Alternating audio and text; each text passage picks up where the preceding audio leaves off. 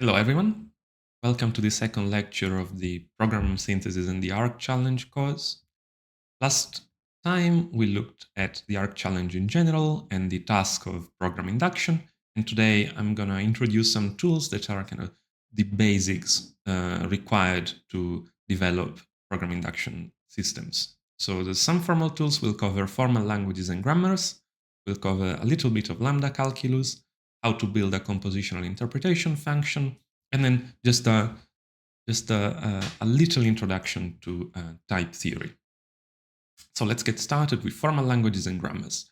The starting question here is, what is a language? And a traditional answer to this question is just a language is just a set of strings. And this includes also natural languages, so languages like English. This is not intuitive. Of course, you might be thinking there's so much more to English, for instance, than just a set of strings. And the reason why we do say that a language is just a set of strings is the following. There is a notion of well-formedness which is independent of things like the meaning of a sentence. For instance, 3 is more curious than the past table, you probably agree, is an English sentence, despite the fact that it's as meaningless as you can make an English sentence. So we call this sense in which a sentence can be well-formed despite being meaningless, grammatical well-formedness. And the crucial observation here is that grammatical well-formedness is sufficient for a sentence to be an English sentence. So if a sentence is grammatically well-formed, then it is an English sentence, even if it is meaningless, which means that semantics is not the criterion for belonging to the language, and the criterion for belonging to the language, which is grammaticality, only depends on the string. So then the next step is, how do we build an abstract device which somehow encodes our notion of grammaticality? And there have been many proposals for how to do this, and it turns out that they're all equivalent. In particular, if you have encountered these concepts, you might have already seen automata and formal grammars. There is a correspondence between them, so ultimately it doesn't really matter if you are God, but for the applications that we are going to use these tools for, formal grammars are probably a more intuitive choice, and so we'll just use grammars. So formal grammars are an make infinite use of finite means. We need that because our languages are going to have an infinite number of sentences, and we want our abstract device that encodes grammaticality to be finite, to be specifiable in just a little bit of paper and a pen. So what are the ingredients of our formal grammars, so our abstract devices for encoding grammaticality? We have first a finite set n of non-terminal symbols. Now you might already have an intuition of what non-terminal symbols could mean, but I invite you to not overinterpret this until I have explained how you actually use it, which is, well, ultimately really what it means is what role it plays in the construction of sentences we're going to see in a second. Then we have a finite set sigma of terminal symbols, a finite set p of production rules, and a symbol s in n, so a symbol s that belongs to the non-terminal symbols, which we will designate as the start symbol. You might have encountered descriptions of grammars which use different names for these components, but they are interchangeable. It doesn't really matter how you call them. What matters is how you use them. So let's look at an example of how you use them. For instance, consider the example on the board, on the screen. So you have the set n of non-terminal symbols includes 3 symbols, s, x, and y. The set of terminal symbols include just 2 symbols, a and b, and then we have 4 rules, which I will call a, b, c, and d. Now, of course, this is a set, so these rules are in scattered order, but I will use these letters to talk about them, to refer to them. And then we have this symbol s, which is the start symbol, which just so happens to be the same symbol as the name for that symbol when we describe grammars, and this is often the case. It's a slight ambiguity in how we describe grammars, but it's just a coincidence. You could very well use a different symbol as the starting symbol. So how do you use this setup to actually produce a sentence? You start with the starting symbol, in this case S, and you always have to start with the starting symbol. And then you apply the rules in turn, one by one, until you are only left with just terminal symbols. And that's when there are no more rules left to apply. And that is a generation from the grammar. So let's look at this example. You start with S, then you apply rule B, and that gets you, rule A, and that gets you to X. And then you have X, and you can apply rule B to get to XY. And now something new happens, which is you apply a rule that doesn't replace the whole string at once, but rather just some of the symbols inside of the string, in this case X. So you apply rule B again, and you replace just this X with XY and leave everything else unchanged. And that gets you to XYY. And now we start replacing the non-terminals with terminals. So in this case, we apply rule D to replace this X with a B. And then we do similarly with rule C, and that so we replace the Y's with A's, and that gets us with the string BAA at the end, and that only contains terminals, and so we are done. That's a generation from the grammar. Now, we could have applied the rules in a different order. For instance, already here we could have applied rule C to get us to, for instance, X, A, Y, or X, A, Y, A. But we will use the convention that we will always apply replacements left to right. This is just a convention in the sense that it doesn't really matter. The set of strings that can be produced by your grammar doesn't change depending on what conventions you take about the order of rule application. But nonetheless, it's a convenient convention to have. So the set of strings, the set of all the strings that your grammar can produce is just the language generated by the grammar. So this gives us a neat finite way. This grammar gives us a neat finite way to produce and to characterize the infinite object, which is the set of all the sentences that you can generate with these rules. Depending on the shape of the rules that are contained in the grammar, we distinguish different kinds of grammars. Context-free grammars, which is one of the types of grammars, and the one that we will find most useful for program synthesis, are grammars where all the rules in the grammar have the form A goes to alpha, where A is a single non-terminal symbol, so one of the elements of our set of non-terminal symbols, which you can just look up in the grammar definition, and alpha is some possibly empty string that can contain a mixture of terminals and or non-terminals. And that is the only criterion we need to check if a specific grammar is context-free. So let's look at an example. Here we have a grammar with the same set of non-terminal symbols and the same terminal symbols as the one that we saw just a moment ago. And I have 3 examples of grammars, and I invite you to think for a second which ones are context-free and which ones are not context-free.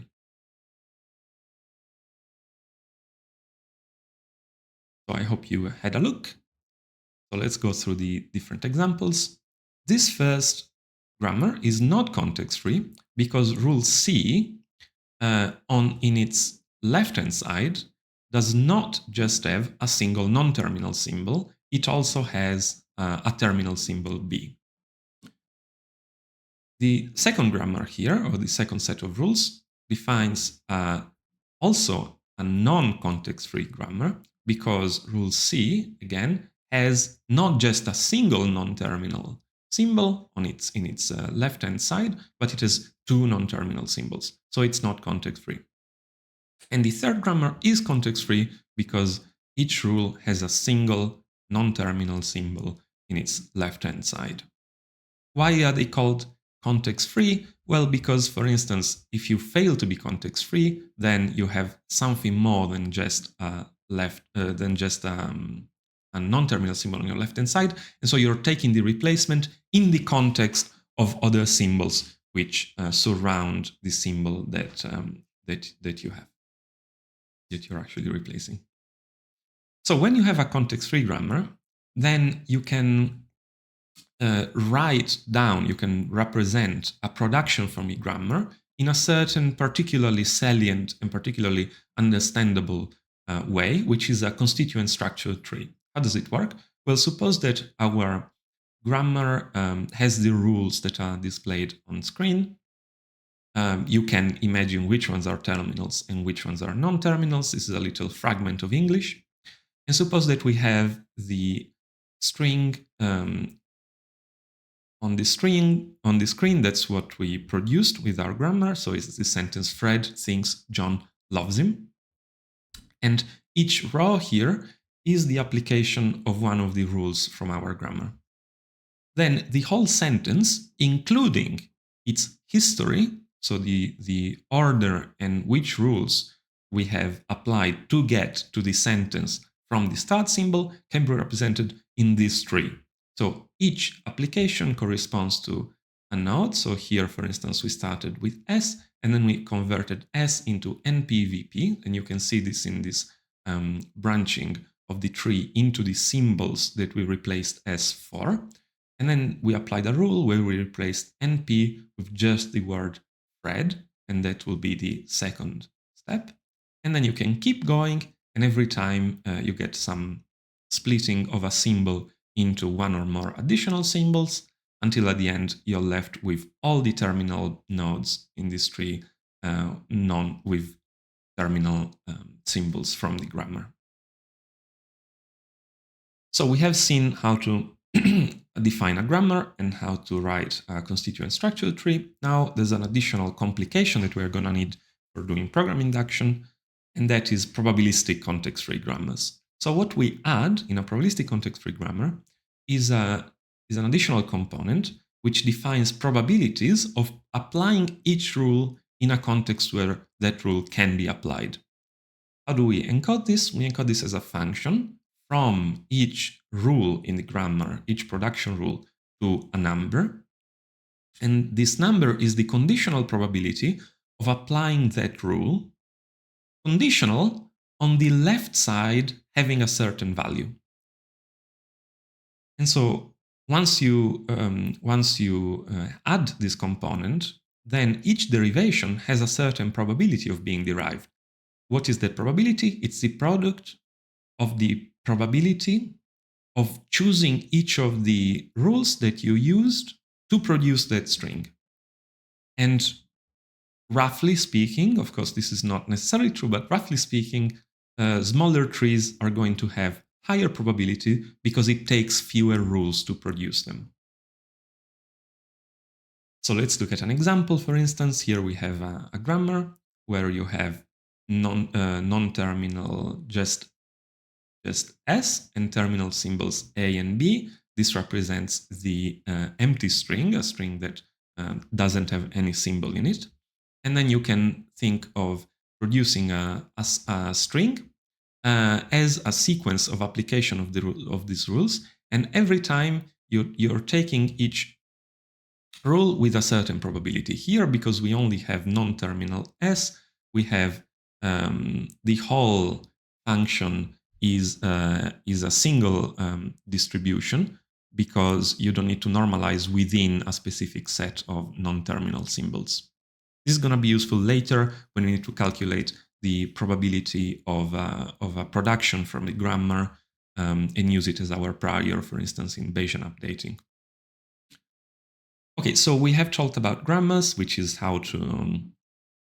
one way of characterizing languages. But we are also interested, this will be useful later for when we do program synthesis, in the interpretation of the productions from the grammar. So what do the strings that we produce mean? And a very useful way for specifying an interpretation function on these strings is lambda calculus. So we'll have a look at that next. The starting point to see what lambda calculus is useful for is to consider the difference between the following sets of expressions: 1, 2, 3, plus, percentage sign, every, and sum on the one hand, and symbols like x, y, and z on the other end. What's the difference between them? Well, intuitively, the difference is that some of these expressions, like 1, 2, and 3, and so on, so the expressions on the left, are saturated, which means that their meaning is fixed and you don't need to specify anything more for the expression to have a meaning. Whereas the expressions on the right, and also every expression that contains expressions on the right, unless something happens with them, which we'll see in a second. So if they appear kind of bare, then they are going to be unsaturated. You need to say something more for the whole expression to have a full meaning.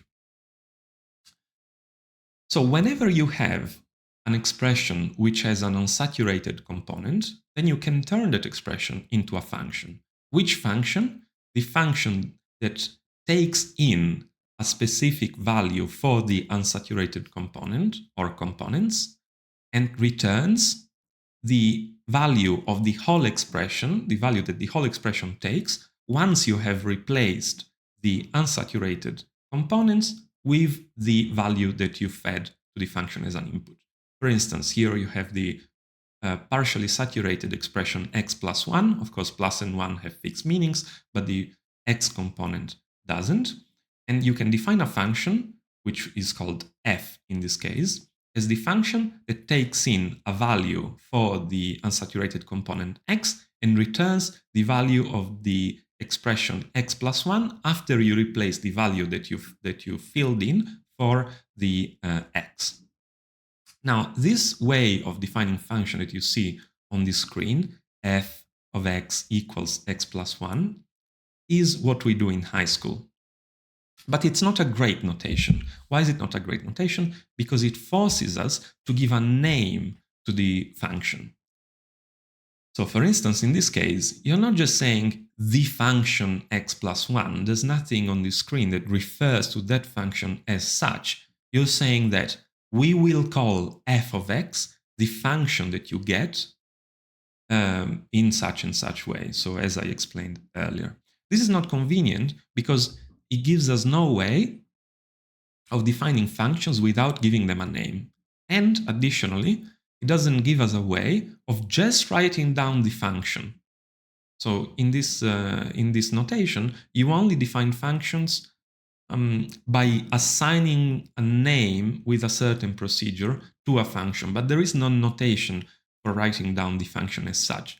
You might be thinking, well, what if I just write x plus 1, for instance? Isn't that, in a certain sense, the function that takes x and returns that takes a value for x and returns the value of the whole expression once you have replaced x with the value that you filled in? But that's not right.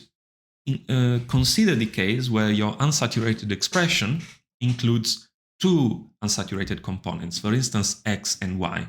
Now, conventionally, we use x as the first argument of the function and y as the second one, but of course, that's just a convention. It's not part of the actual function.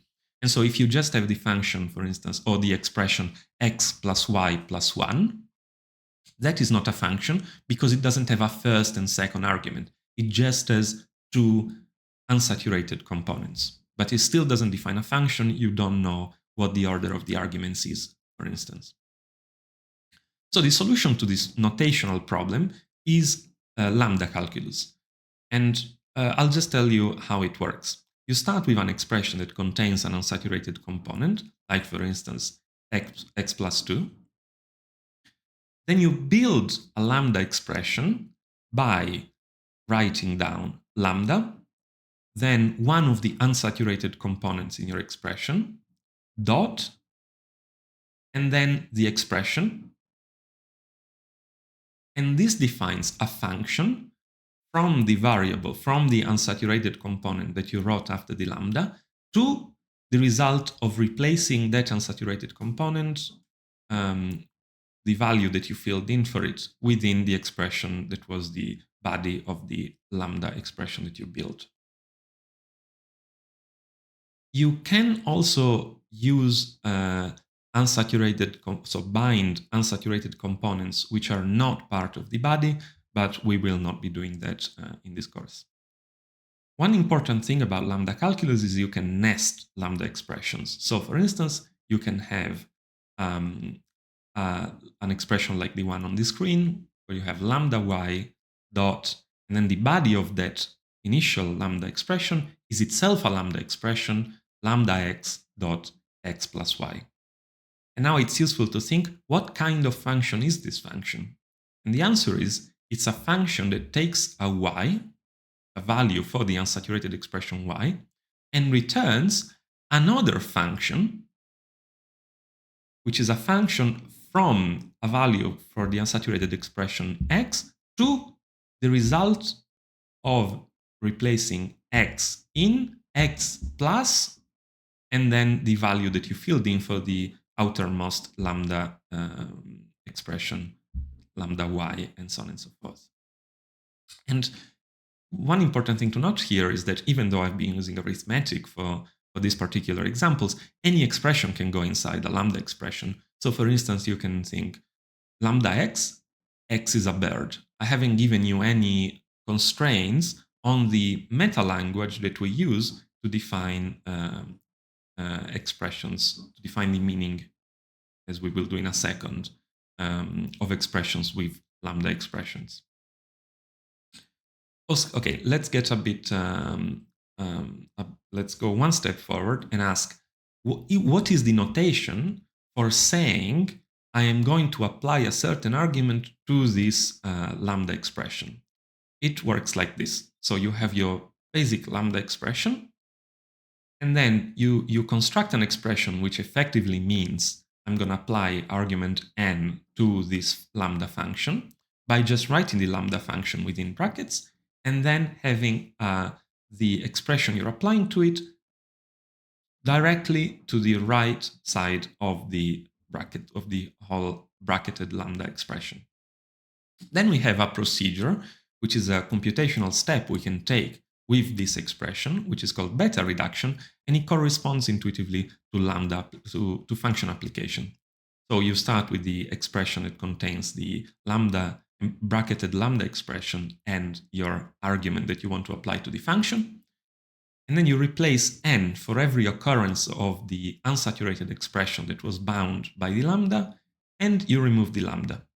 In this case, for instance, the result of beta reduction of this expression is p of n, because there was only one occurrence of the unsaturated expression x within the body of the lambda expression. And once you replace that unsaturated expression with the argument that you fed into the lambda, then you get p of n. We can also rename variables with something called alpha conversion. This is useful when you have nested lambdas, and it might so happen that you're replacing, you're applying an argument which is bound by a different inner lambda expression, but we are not really gonna use this alpha conversion tool, so I'm not gonna explain it in detail. You can go and Google it if you're curious to hear more. So let's look at some examples of lambda application to get a sense of how they work. So here you have at the top, you have an example of some application. You start with the lambda expression lambda x, lambda y, x plus y, and then to that function you apply argument 2, and then to the resulting expression you apply argument 3. How does it work? Well, first of all, the direct argument to the lambda expression is 2, so we can do beta reduction and replace 2 for every occurrence of the body of the lambda expression for x, of course, which is the variable that was bound by the outermost lambda in this expression, and that gives us lambda y 2 plus y. Why do we keep the lambda y? Because it's part of the body of the full lambda expression that we have applied the argument 2 to. And so that leaves us with another function, lambda y 2 plus y, And we have an argument that we wanted to apply to that function, which is 3. And so we can do beta reduction again, and that gives us 2 plus 3, because the only occurrence of the variable that was bound by our lambda expression was here after the plus. And so then we can evaluate the whole expression, and the whole expression equals 5. Let's consider another slightly more complicated example, which illustrates that you can pass lambda expressions as two other lambda expressions. So that makes them higher order functions, which take functions and can return functions, as we've already actually seen. But let's look at an example where a lambda expression is also an argument. So consider this other example: lambda x, lambda y, x, y, and then lambda z, p of z, and then a, and then b. So the first step we need to take here is we need to apply the whole expression lambda z, p of z, to the lambda expression lambda x, lambda y, xy.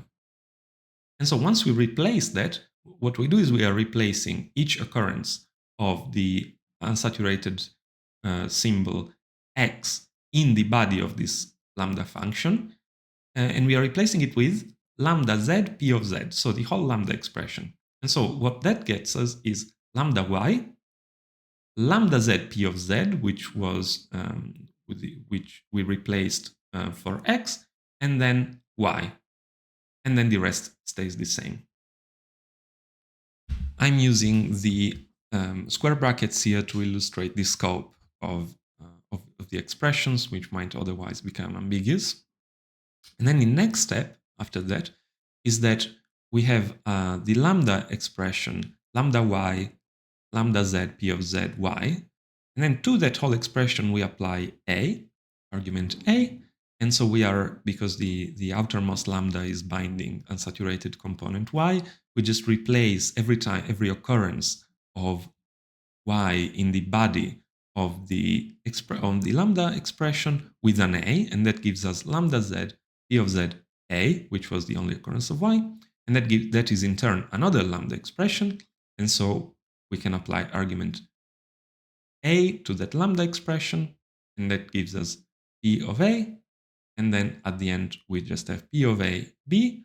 Here the brackets are redundant, and so at the end we have p of a, and then to the result of that you apply b. So you better hope that p is a function that takes some element and then returns another function, because otherwise this whole expression is not, there's something wrong with this expression.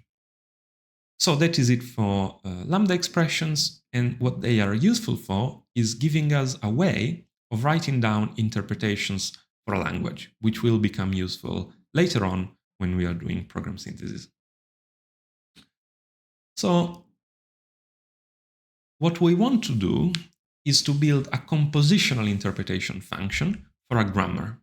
So a grammar produces a set of strings, and what we wanted to do is to find a way for each string to assign a meaning to each of those strings produced by a grammar.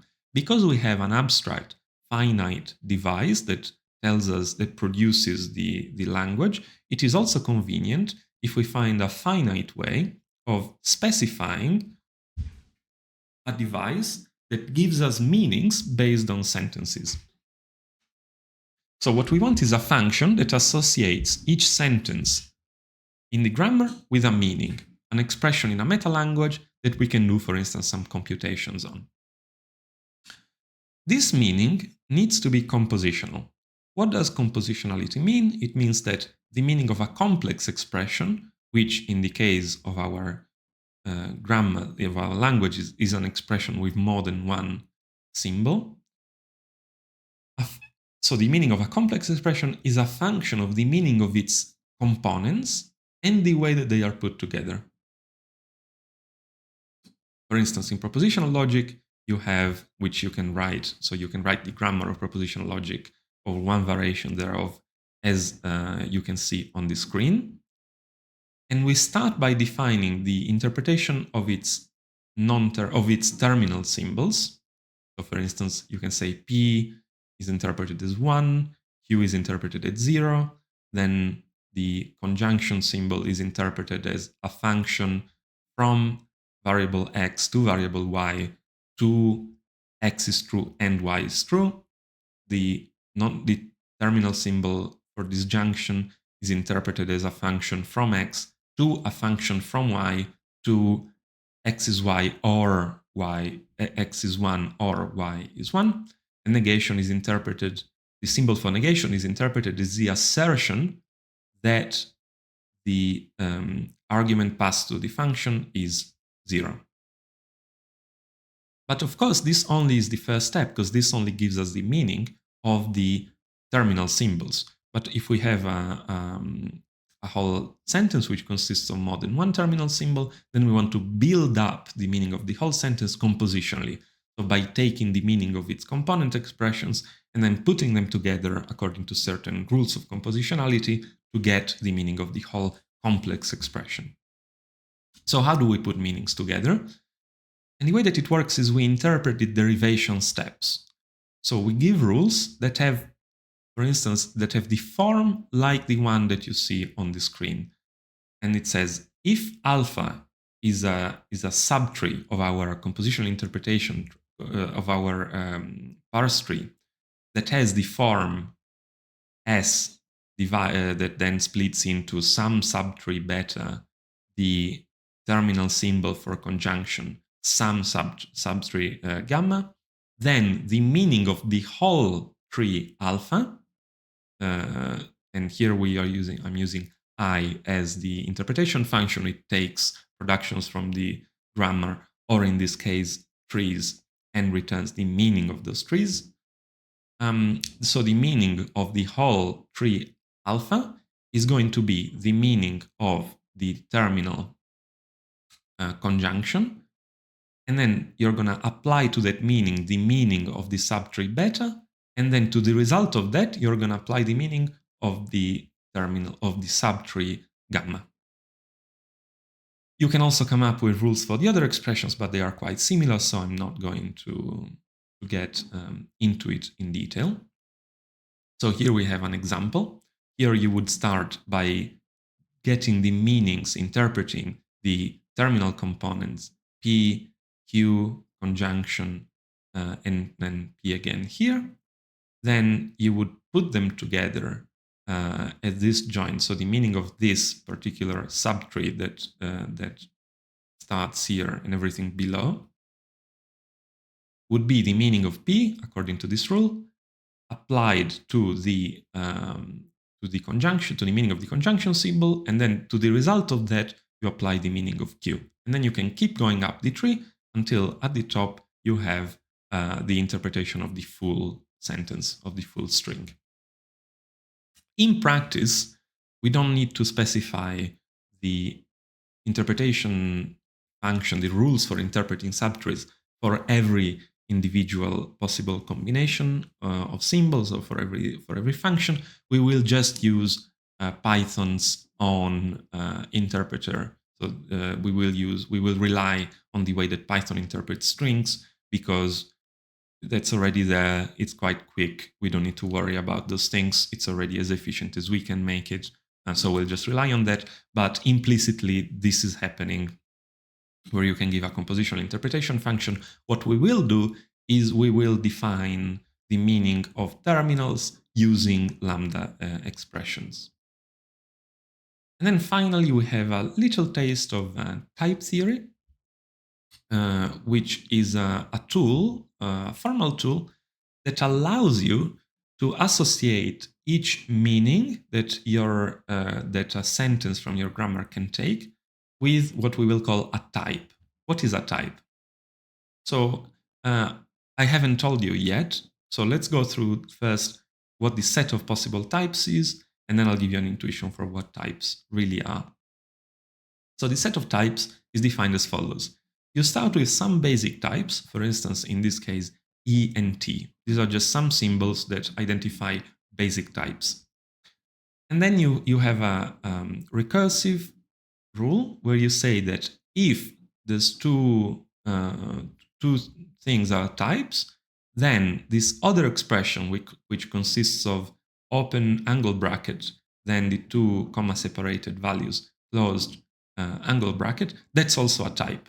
And of course, the output of the types constructed with this rule can also be used, applies then to itself, and so can be used to build even more complex types, and nothing else is a type. So we can only get types by either using the basic types or by building more complex types with this second rule. How do you interpret these types? Well, in this particular example, which is a very typical example of what you see in a linguistics paper, E is the type of individuals, T is the type of truth values, and the construction of a more complex type with the angle bracket is the type of the functions from objects of type, in this case, sigma, to objects of type tau. In practice, for our ARC applications, we will not use necessarily individuals and truth values, but really you can define your own little type system with whatever types you need for your application. So you might have, for instance, a type for integers, a type for objects built with several colored squares in the case of arc, and so on and so forth. You can make it as complicated as you want, but the result is that you will be able to assign to each meaning of an expression in your grammar, produced by your grammar, with its own type. Let's consider some expressions in this case and their type to explain, to understand more how type theory works. So lambda x p of x, where p is a predicate and x is an individual. What type should we assign to this expression? Well, let's think about it. What kind of function is this expression? It's a function that takes a value for x and returns the result of applying that variable to p. And if p is a predicate and x is an individual, the result of applying the individual to the predicate p is going to be a truth value. And therefore, this is a function from E, from something of type E to something of type T. So the whole thing is a predicate. It's a function from an individual to a truth value. Lambda x, lambda y, q of xy, where q is a predicate with two arguments and x and y are individuals. What type of function is this? It's a function that takes an individual and returns a function from an individual to a truth value. So it's going to be of type E, ET. So the first argument is an individual, and the return value of that is a function from an individual to a truth value. Lambda x, x of A, where A is an individual and x is a predicate.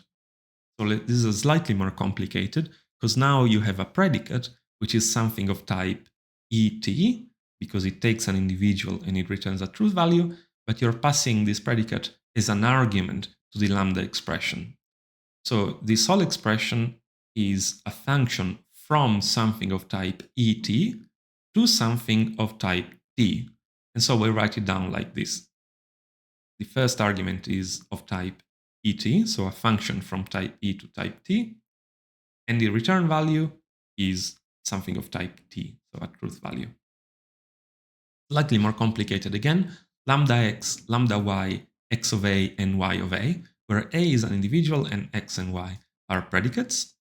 So how does this work? Well, this is a function from a predicate to a function from a predicate to the result of applying A to both of those predicates and then taking the conjunction. So again, a truth value. And so this is of type ET. So it takes ET as a first argument, and it returns a function from something of type ET, which we call y in this particular expression, and then the result is of type T. And this you can keep going and build ever more complicated expressions that have ever more complicated types. It's an interesting observation that in language we only seem to have a fairly small set of types for our expressions. So just a bit of notation here. To keep things tidy, we can put domain restrictions after a colon when we want to specify the types of the arguments of lambda expressions. So we could write it like this. So we can say lambda x, where x is an element of the type E, which means that x is an individual. Here we could say lambda x, x is of type E, and then lambda y, y is of type E, and the output is q of xy. So this is just lambda calculus like we did it earlier, but now after each lambda expression, we are also specifying the type of the argument for that lambda. So we get a simply typed lambda calculus. Lambda x, where x is a predicate, and the output is x of a. And then you can keep going.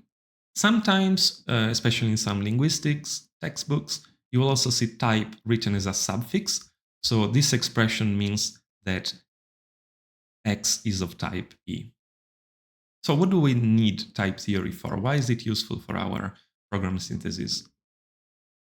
Well, one thing is that we want to formulate general rules for composition. So for instance, make claims like if A is of type from X to Y and B is of type X, then this is how you compose them in the tree. You can also give intuitive interpretations to the non-terminals of the PCFG. So that's another intuitive thing you can do with lambda calculus. You can restrict lambda calculus to operate with type variables. So you can, this is what we just did in the previous slide. So you can say in this expression, you can only fill in an object of this type for this variable, which is useful to make sure that things compile nicely as you go through the evaluation tree, and also many other things. An important way in which we will be using it for program synthesis is that when we search the tree of possible strings, we can check which ones are well formed according to the system of types to exclude, to prune the search tree as we proceed. So how do we put it all together? Well, these are the formal systems that we saw today. So we have type theory, and type theory helps us give types to expressions in lambda calculus, as we have already seen. And it also gives us types for the arguments of the expressions in lambda calculus to give us typed lambda calculus. Then the lambda calculus is useful because it helps us assign meanings to the terminals of our language. So it specifies the meanings for the basic expressions involved in our interpretation function. Then the interpretation function gives meaning to the formal languages so that each production from our formal language gets assigned a specific meaning by our compositional interpretation function in the way that we have seen earlier. And then finally, we have looked at formal grammars, and what they do is they generate formal languages. So this is all going to be useful in the next step when we want to define our own bespoke formal language to encode possible programs that then compile into the objects that we observe and that we are doing programming by example on. So that's it for this particular lecture. There's also going to be a Jupyter notebook that you can access, and you can it helps you see how all of these concepts are implemented in Python. So go there, have a look, and then in the next lecture, we are talking about how all of these tools can help us and how we can use them, build upon them to develop algorithms to actually search the space of possible programs and therefore do program induction in that way. All right, I'll see you in the next lecture.